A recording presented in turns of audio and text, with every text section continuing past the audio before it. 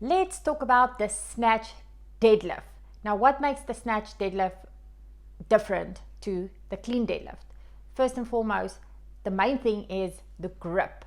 So with your normal conventional deadlift or clean grip deadlift, you will have your grip the same width as what you will have when you do a clean.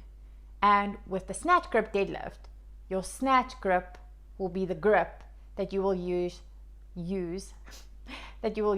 for those deadlifts. Oh, you make me want to talk back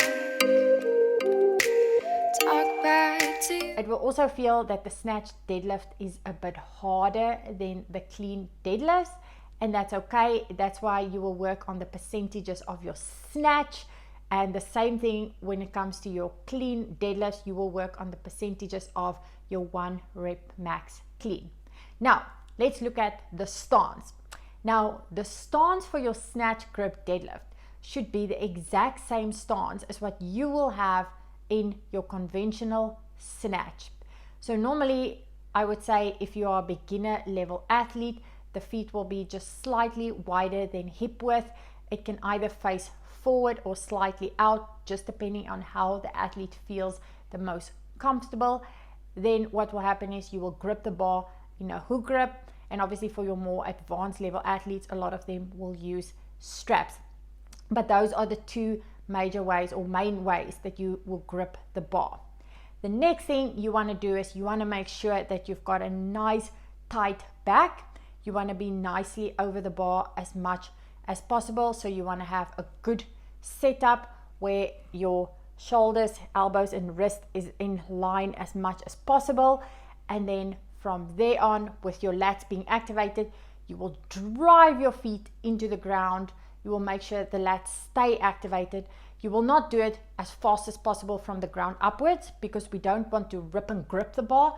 We want to build acceleration. So rather start off a bit slower and then start moving up and build acceleration till you get to that full speed position and you stand nice and upright.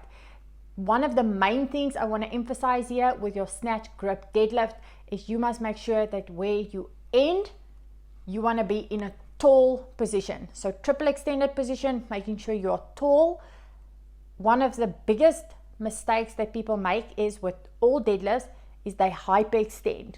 And first and foremost, you put your lower back in a very weak position, and you also end up losing so much strength being in that position. So make sure that the same way you snatch is the same way you would do all your assistant work in order to get the best out of that movement. And guys, the snatch deadlift is a great exercise to build strength, and you will see that you can normally go quite a lot heavier than your actual snatch, but the main part is to not lose the technique.